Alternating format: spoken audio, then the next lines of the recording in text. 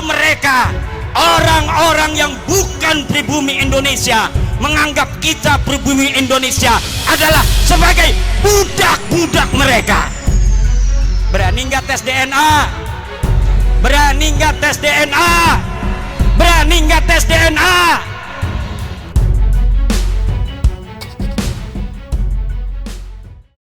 Assalamualaikum warahmatullahi wabarakatuh. Saudaraku yang dirahmati Allah.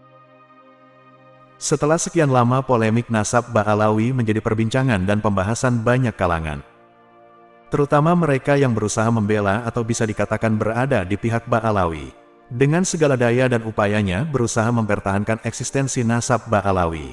Nampak sekali kebingungan mereka. Sampai-sampai tak tahu harus berbuat, apalagi untuk mempertahankan nasab Ba'alawi agar tak sampai rungkat. Ini sangat jelas terlihat dari tindakan-tindakan mereka akhir-akhir ini. Kita bisa lihat, ada Habib sampai menantang masuk kandang singa untuk membuktikan bahwa mereka benar-benar keturunan Rasulullah. Hal ini menunjukkan kekalutan yang ada dalam pikirannya, sehingga tak mampu lagi menggunakan akal sehatnya, sehingga yang muncul adalah tindakan-tindakan yang seperti ini. Bahkan kekalutan ini juga menyerang orang-orang yang cerdas, semisal Habib Rumail Assegaf. Nampak jelas Habib Rumail berusaha keras mencari jalan agar nasab klan mereka terselamatkan. Sampai-sampai menyampaikan statement yang mengkerdilkan nilai perjuangan para leluhur Indonesia, yang telah berjuang demi kemerdekaan Indonesia dengan mengorbankan harta bahkan nyawanya. Hal ini mendapat tanggapan keras dari Kiai Imaduddin, yang merasa terusik dengan statement Habib Rumail Abbas. Dalam tulisan terbaru Kiai Imaduddin, yang diberi judul, Sepucuk Surat Cinta untuk Rumail Abbas. Gus Rumail menyatakan dalam suatu kesempatan diskusi yang viral di medsos, bahwa pendudukan Belanda di Indonesia adalah suatu pemerintahan yang sah. Ketika Habib Usman bin Yahya bekerja untuk Belanda, maka ia hanya sebagai PNS biasa, yang bekerja kepada pemerintahan yang sah. Ia tidak bisa disebut pengkhianat. Rumail juga mempertanyakan usaha-usaha kemerdekaan para pahlawan yang berjuang melawan Belanda di masa lalu. Masih cukupkah alasan kita untuk memperjuangkan Indonesia? Apa yang kita perjuangkan? Kemerdekaan. Kemerdekaan seperti apa? Tanya Rumail. Kemerdekaan di masa lalu seperti apa? Sangat abu-abu. Dalam kesempatan yang sama Rumail menyatakan, Soekarno itu tidak sehebat yang orang kira. Ia nampak hebat, hanya karena dikelilingi oleh orang yang bodoh yang tidak bisa membaca. Kita melihat orang yang melawan VOC itu pahlawan, tapi bagi orang di masa lalu mungkin berbeda, tegas Rumail. Pemberontakan para pejuang di masa lalu itu, misal untuk berperang dan membakar pendopo Belanda, menurut Rumail, dilakukan orang-orang bodoh yang diakalin orang lain. Kita akan simak sedikit pernyataan Habib Rumail Assegaf. Wali Songo kenapa diterima? Wali Songo hadir itu tahun berapa? Sekitar 1400 Masehi. Kita pakai Masehi hitungannya. Ba'alawi itu sekitar 1800. Dua-duanya diterima enggak? Mungkin yang antum pengen bicarakan adalah Usman bin Yahya ya, Mufti Batavia. Oke, saya jelaskan satu hal perkara menarik. Kita itu bisa bicara tentang kemerdekaan itu mulai kapan?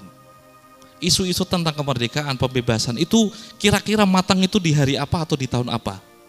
Siapa yang merumuskannya? Betapa kagetnya jenengan semua ketika Sumpah Pemuda kita berbahasa satu. Hitung aja siapa yang bisa berbahasa Indonesia di majelis itu. Gak ada satupun yang bisa berbahasa Indonesia.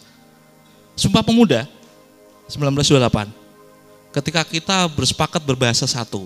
Orangnya ada berapa? Ada sekitar 150-an. Siapa yang bisa yang bisa ngomong bahasa Belanda? Gak ada satupun. Mereka fasih berbahasa Belanda daripada Indonesia, bahasa Melayu.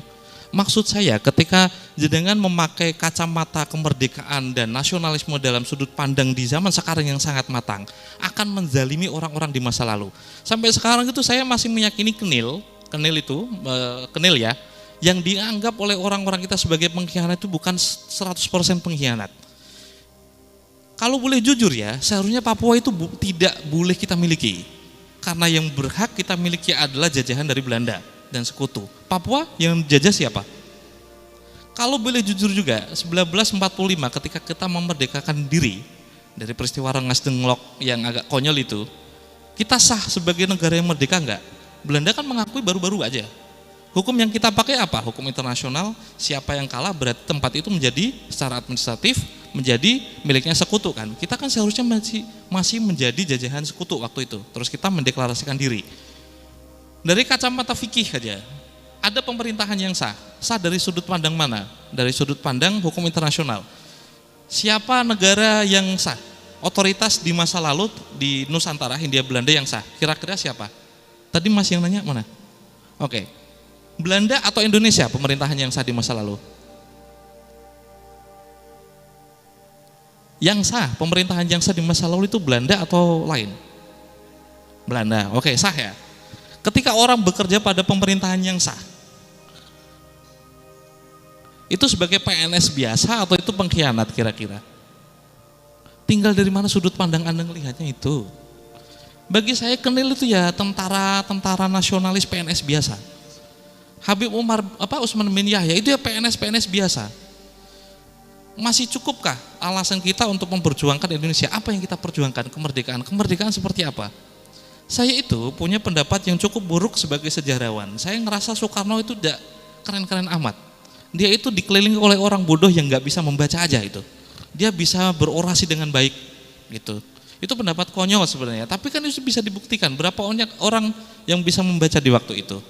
Anda bisa bicara dengan fasih di depan orang-orang yang nggak bisa baca itu jadi dewa itu. Nah, intinya ketika Anda berusaha untuk mencari cara bahwa ada pengkhianatan, jangan pakai perspektif zaman sekarang. Pakai Kiai Imad itu, sumber sezaman. Bagaimana cara menerjemahkan pendapatnya Utsman bin Yahya ketika menolak jihad itu. Diterima atau tidak, muridnya bin Yahya semua itu pejuang itu. Dua saya menemukan yang makamnya tidak ditemukan. Muridnya Utsman bin Yahya. Dua nggak ketemu makamnya, tapi diholi setiap tahun. Satu Aledrus, satu Alatas. Mbak Alawi semua itu. Anda yang apa yang mau Anda katakan kalau itu murid dari Antek Belanda? Kalau muridnya hasil didikannya ternyata jadi pejuang semua. Perspektif apa yang harus kita pakai gitu? Perspektif zaman sekarang, zaman dulu, oh itu kita ngevonis namanya itu. Dan konsep kemerdekaan di zaman lalu itu matangkan sekitar 1942 ketika kita dijajah. Waktu kita benar-benar dijajah menjadi Romusa, Jepang kan kejam banget ya. Makanya kita langsung ngerti, oh, kayaknya enak merdeka aja deh katanya itu. Baru dijajah sama Jepang, kita mulai mematangkan konsep kemerdekaan. Kemerdekaan di masa lalu seperti apa? Sangat abu-abu. Otoritas yang sah waktu itu seperti apa ya sangat abu-abu. Pemberontakan mungkin kita bisa melihat yang melawan VOC itu sebagai pahlawan ya, tapi bagi orang di masa lalu mungkin berbeda. Anda bisa ngevonis itu karena tidak hidup di zaman yang seperti itu, nggak ada medsos. Yang sah itu Belanda, tidak ada klarifikasi, banyak orang bodoh di sana, tidak ada yang bisa baca, tahu-tahu diakali untuk berperang satu sama lain, tahu-tahu terus ada orang berupaya untuk udah kita bakar aja pendopo yang milikin Belanda. Itu kira-kira masuk akal ya? Bayangkan Anda hidup di zaman itu. Kira-kira masuk akal gak kalau kita memvonis dengan sudut pandang atau kacamata zaman sekarang? Saya sih berusaha untuk adil ya.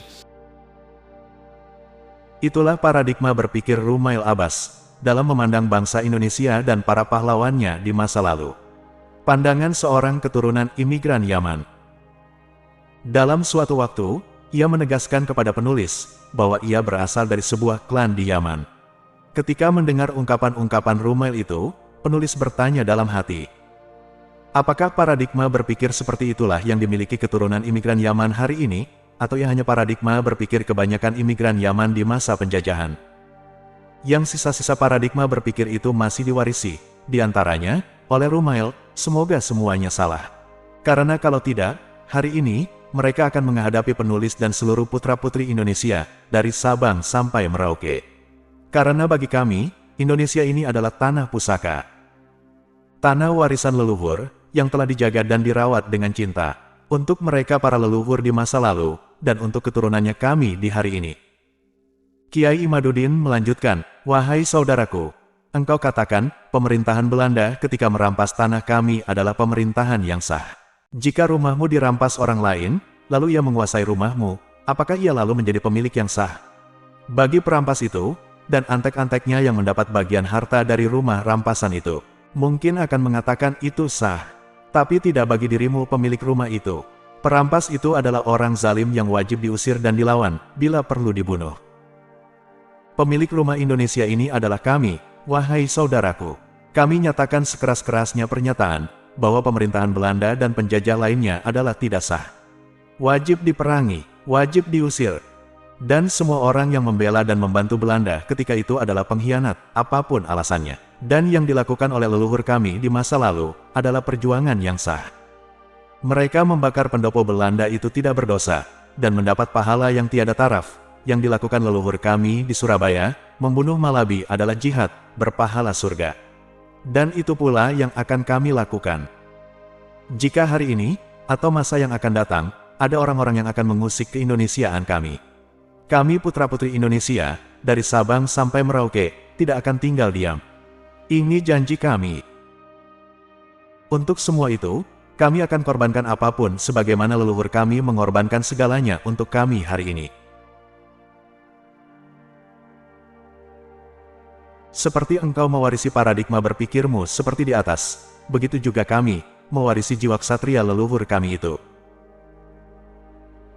Salam akal waras. Terima kasih sudah menonton video hingga akhir. Kritik dan saran bisa di kolom komentar. Wassalamualaikum warahmatullahi wabarakatuh.